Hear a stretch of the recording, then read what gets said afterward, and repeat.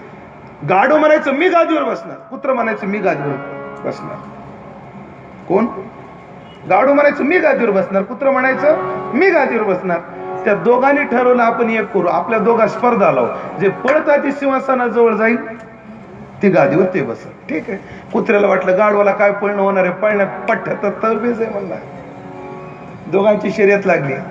1 2 साडे माडे पावणे 3. कुत्र्यानं धूम ठोकली, गाढवही पळायला लागलं. पण कुत्र ह्या गल्लीतून पुढच्या गल्लीत गेले की भावकी आडवी आली. त्या भावकीचा पाहुणचार घेता घेता 5-10 मिनिटं गेली. कुत्र दुसऱ्या गल्लीत गेलं. दुसऱ्या गल्लीत अजून काय कुत्र्यांचा भावकीचा पाहुणचार घेता घेता सिंहासनाजवळ जाऊन पाहत कुत्र्याला वाटलं मीच पुढे येतो की काय, गाढव आधी जाऊन बसलो होतो. आणि मग ऐका दादांनो, लक्ष देऊन ऐका, जर आपल्या माणसाचे जर आपण टांगड्या खेचल्या ना, गाढव पुढे जातील हे ध्यानात ठेवा. पण आपल्या माणसाच्या आपण टांगड्या धरू नका. आपली माणसं जर चांगली असतील तर बरं त्यांना पुढे जाऊ द्या. म्हणून सत्संगार्थ समायाता, चांगली माणसं सनकाधिकासारखी चांगल्या ठिकाणी बद्री विशालावर चांगल्या उद्देशाने सत्संगार्थ समायात आलेली आहेत. आणि ददृश्यस्तत्र नारद, त्यांना नारद दिसले. पण नारदाचा चेहरा कसा होता माझ्याकडे बघा.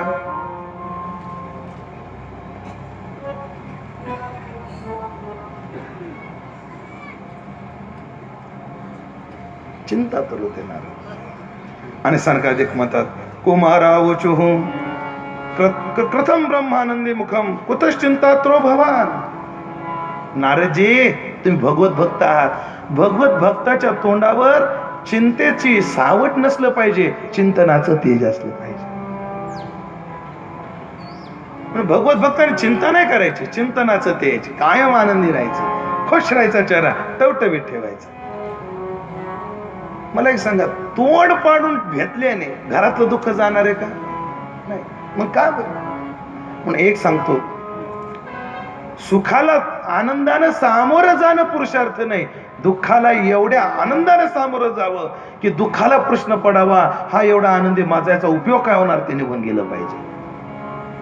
मग पहा, तुकोबऱ्याच्या जीवनातला दुष्काळ आला पण तुकोबरे आनंदानं सामोरे जातात. बरे झाले देवा, बरे झाले देवा, आनंदानं सामोरे जातात. परिणाम असा होतो त्या दुष्काळाचं सावटच निघून जातं आणि परमात्मा सहकार्य करतो. हे भगवत भक्त. तुम्हाला चिंता काय? आणि नारदाने सांगितलं, सनकादिकानं तुम्हाला काय सांगू, अहम तो पृथ्वीम या ज्ञातो ज्ञात्वा सर्वोत्तम आयती. मी आता पृथ्वीवरून आलो. नारदाला विचारलं तर सनकादिकांनी, तुमचा चेहरा चिंतातूर काय, तुम्ही कुठून आलात, कुठं चाललात, चिंता काय? नारदजी सांगतात, मी काय सांगू, मी आता पृथ्वी सर्व नक्षत्रामध्ये श्रेष्ठ नक्षत्र आहे, मग पृथ्वीवरून आता आलो. आणि मग कुठं कुठे गेली होती पृथ्वीवर? हरिक्षेत्र म्हणजे हरिद्वार, कुरुक्षेत्र, श्रीरंगम, सेतुबंधनम, एवमादिषु तीर्थाशो भ्रममान इतस्ततः. मी सगळ्या तीर्थक्षेत्रावर गेलो. मग पण एक सांगू तुम्हाला, ना पश्य कुत्रचित धर्म मन संतोष कारण. हे पद लय महत्वाचं आहे. मला वाटतं मी एका श्लोकात एवढा रमलो ना का तो फार दूर राहील. पण हे काही काही पद मला चिंतन केल्याशिवाय पुढे जाऊच देत नाहीत. ह्या श्लोकामध्ये जे पद आहे ना, मन संतोष कारण, ना पश्यम कुत्रचित धर्म, मला कुठंच धर्म बघायला भेटला नाही. कोणता धर्म? मन संतोष कारण, माझ्या संतोषाला कारणीभूत ठरणारा. माझ्या म्हणजे कोणाच्या? नारदाच्या.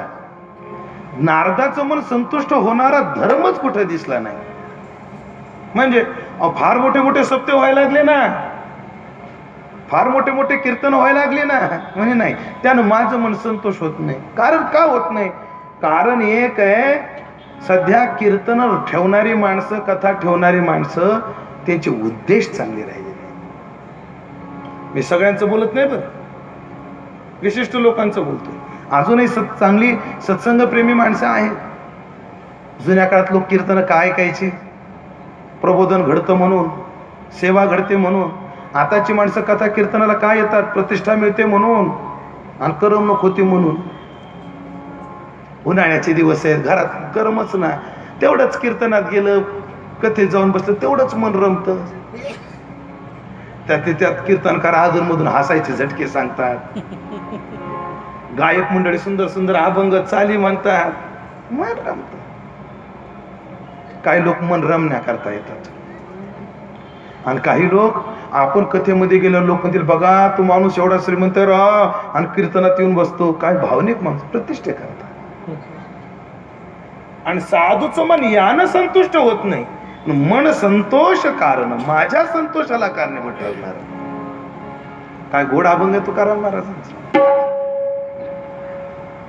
आम्हा देणे धरा सांगतो ते कानी, चिंता पाय मानी विठोबाचे, तेने माझ्या चित्तान होय समाधान, विलास मिष्टान मन लगे सुखी. माझं मन भेटलं नाही, कुठं धर्म नाही, कुठं काही नाही. कलिना अधर्म मित्रेनं धरेयम बाधितातून. आताही कलियुगाच्या त्रस्तानं सगळी बाधित झाली. लोक कसे झाले? मंदा सुमंद मतयो मंद भाग्य उपद्रुता, मंद आळशी झाली माणसं, आळशी. कलियुगातली माणसं आळशी झाली. आणि तुम्हाला सांगतो, जसा जसा काळ पुढे चाललाय ना, तशी तशी माणसं आळशी व्हायला लागलेली. ज्यांचं वय 50 ते 75 आहे, कृपा करून त्या पुरुष मंडळीने हात वर करा.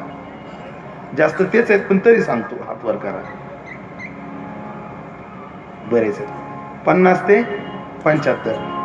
आता 25 ते 50च्या दरम्यानचे हात वर करा. बस. आता 0 वर्ष ते 25 वर्षावरचे हात वर करा. दोघच आहेत.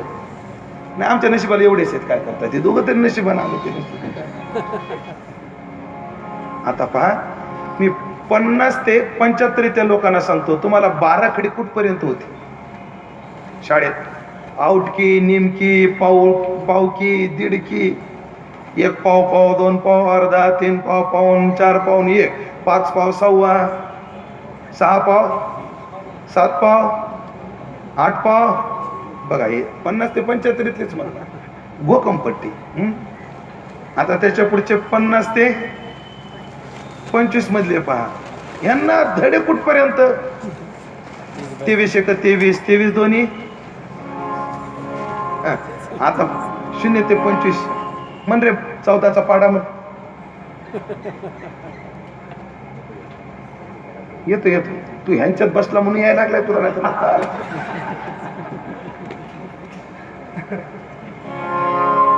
म्हणून अभ्यासाचे कष्ट गुरुजी, अभ्यासाचे कष्ट हे 50 ते 75 लोकांनी घेतले ना, तेवढे कष्ट 50 ते 25 वाल्यांनी घेतले नाही. आणि तेवढे कष्ट आताचे घेणार नाही, ध्यानात ठेवा. पुस्तकं वाढली, पुस्तकं खूप वाढली. महाराज आमच्या लहानपणी 4थी पर्यंत एका पाटीवर भागत होत. किती? 1 पाटी लेखणी, आणि त्याला पुसायला डस्टर बी नाही.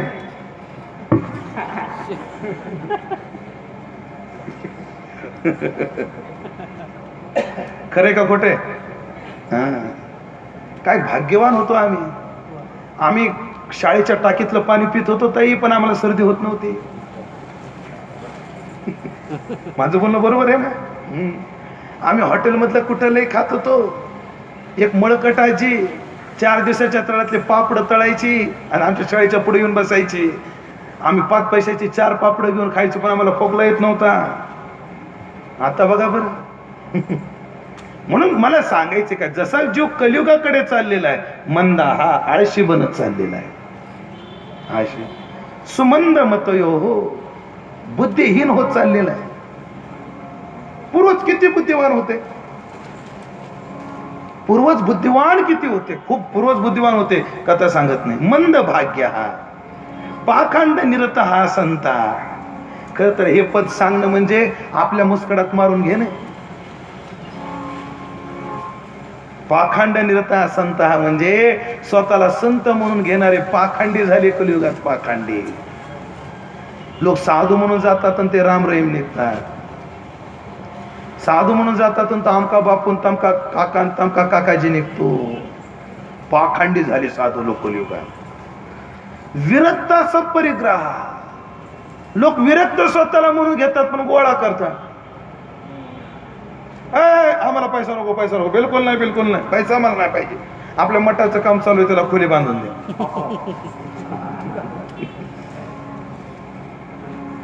विरक्ता सब परिग्रह. तरुणी प्रभुता घे. हे काय शब्द आहे बघा.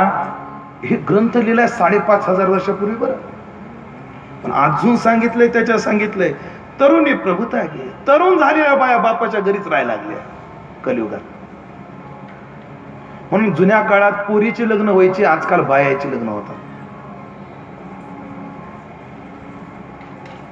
नाजूक विषय पण मी सांगतो, सामाजिक विषय. जुन्या काळामध्ये बाईला पहिलं नाणं नवऱ्याच्या घरी यायचं, म्हणून सैराट सारखे प्रकरण होत नव्हते. हे ध्यानात ठेवा. हे शासनानं 18 वर्षाचं काढलं. बायोलॉजीच्या दृष्टीने कदाचित ते ठीकही असेल, काळाच्या दृष्टीने योग्य असेल, पण मला ह्या गोष्टी अडचणीच्या दिसतात. शास्त्र असं सांगतं, ज्या बाईला नाणं बापाच्या घरी येतं, एका नाण्याला बापाला गायची हत्या आणि भावाला गायची हत्या सांगितली शास्त्र. तरुणी प्रभुता घे. म्हणे बायका बाया बापाच्या घरीच राहायला लागल्या. किंवा अजून एक अर्थ, प्रभुता म्हणजे घरामध्ये बायाच चाललंय. शालको बुद्धिदायक हा. कलियुगामध्ये शालक म्हणजे मेहुणा हा सल्लागार झालाय. म्हणून ऐका, शेती में नाला नहीं होना चाहिए.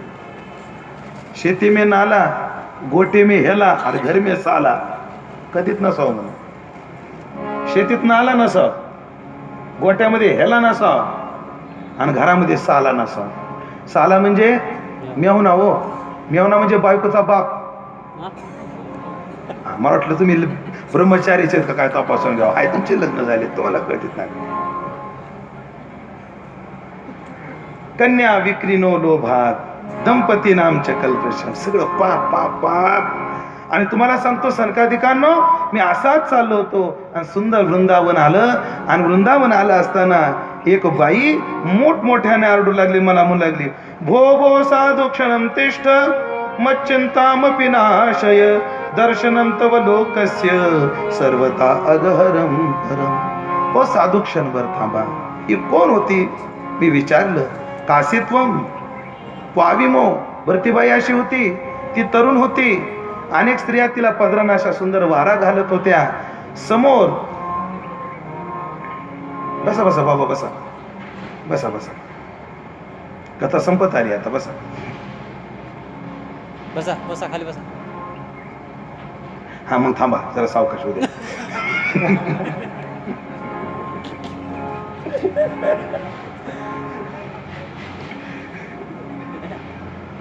कलियुग आहे बाबा, कलियुग.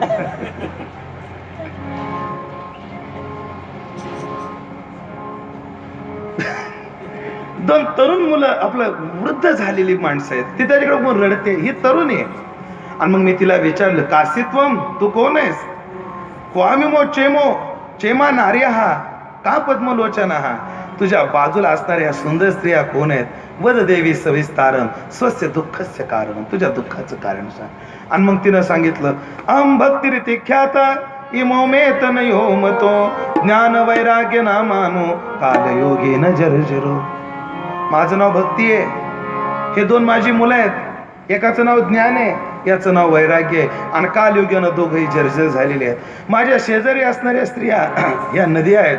गंगा दया सरितष्टो महा. ह्या गंगा आदी सरित आहेत, नद्या आहेत. आणि तुम्हाला सांगते नारदजी, उत्पन्नो द्रविडे साहम. मी द्रविड देशात जन्माला आले, म्हणजे केरळात जन्माला आले. वृद्धी कर्नाटके गता.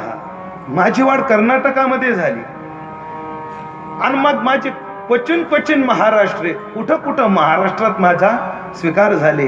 आणि गुर्जरे जीर्णताम गता. आणि गुजरातमध्ये मी जेव्हा गेले तेव्हा जीर्ण झाले. आता गंमत पहा. भौगोलिक दृष्ट्या उत्पन्न द्रविडे साहम, कर्नाटक केरळामध्ये मी जन्माला आले. केरळात का? कारण भक्तीचे सगळे आचार्य केरळामध्ये जन्माला आलेले. वल्लभ, रामानुज. वृद्धिम कर्नाटके गता. माझी वाढ कर्नाटकात झाली. महाराष्ट्रात माझी स्वागत झालं, पण क्वचिन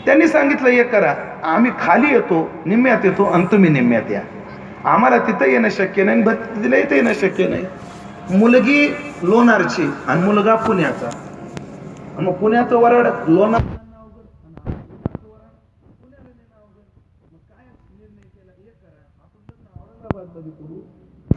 आम्ही औरंगाबाद मध्ये येतो, तुम्ही औरंगाबाद पर्यंत या, असं ठरलं.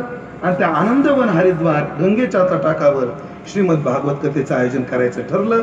सगळ्या नद्या, सगळी तीर्थ सर्व त्या ठिकाणी आली. सुंदर आसन निर्माण केलं आणि त्या आसनावर सनकादिकांना विराजमान केलं. सर्वांनी नमस्कार केला आणि सर्वांनी नमस्कारून सगळ्यात आधी सनकादिकांनी भागवताचं महात्म्य सांगितलं. एका श्लोकामध्ये सांगतो, सदासेव्या सदासेव्या श्रीमद भागवती कथा यश श्रवण मात्रेनं हरिश्चित्तम समाश्रयेत. याचं केवळ श्रवण केलं असता चित्तामध्ये परमात्मा येतो. आणि सदासेव्या सदासेव्या कायम भागवत ऐकलं पाहिजे. नाही गेल्या वर्षी ऐकलं, या वर्षी काय ऐकायची गरज, असं भागवताच्या बाबतीत म्हणू नये. असं भागवत ऐकावं, त्याची महती सांगितली आणि महती सांगितल्यानंतर याचं श्रवणाचं फळ सर्व सांगितलं. आणि आता भक्ती येतच होती, अजून आलेली नाही आणि अजून भागवत कथा चालू झालेली नाही. भक्ती जशी जशी मंडपाकडे येऊ लागली तशी तशी त्याची पोरं तरुण होऊ लागली आणि भक्ती मंडपात आली. आल्या बरोबर भक्ती सुतोतो तरुणो गृहीत्वा शरण मध्यमातून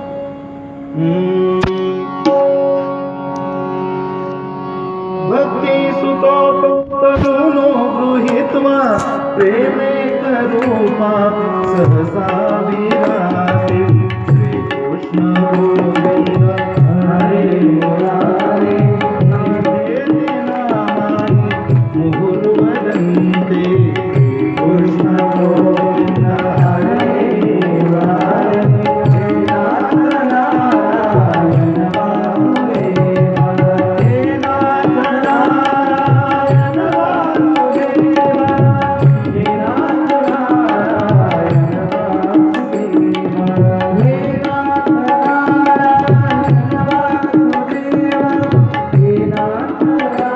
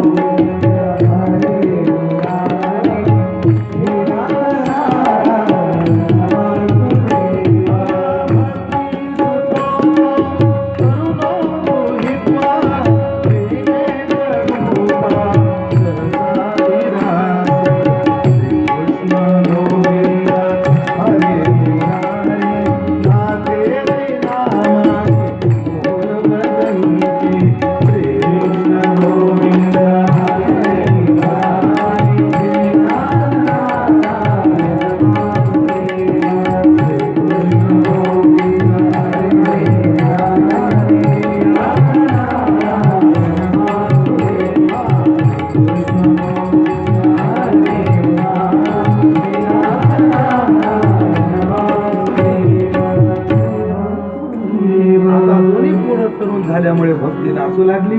अशी भक्तीचे ज्ञान आणि वैराग्य नावाची पुरं सर्वेच झाली. त्या भक्तीची महती गायली. पण एक भागवताने पवित्र असणारं ज्ञान पावन झालं, पण भागवताने कोणी पापी तरलाय का असा एक प्रश्न आहे. पण आज कथेला आपल्याला सुरुवात करायला वेळ झाल्यामुळे आज मी तो विस्तार करू शकलो नाही. उद्या गोपन आख्यान आपल्याला उद्या पाहायचंय की पाप्यातल्या पापी असणारा अजामिला सारखा आपलं धुंदुकारी सारखा तो या कथेमध्ये पावन होतो. त्या कथेचं आणि साक्षात श्रीमद भागवत कथेची सुरुवात म्हणजे प्रथम स्कंदाची सुरुवात उद्याच्या सत्रात आपल्याला करायची आहे. आता सुंदर असं संतांचं भजन करून आरती करून या ठिकाणी कथेला पूर्णविराम होतोय. आजच्या कथेचा या ठिकाणी पूर्णविराम. काय कथेला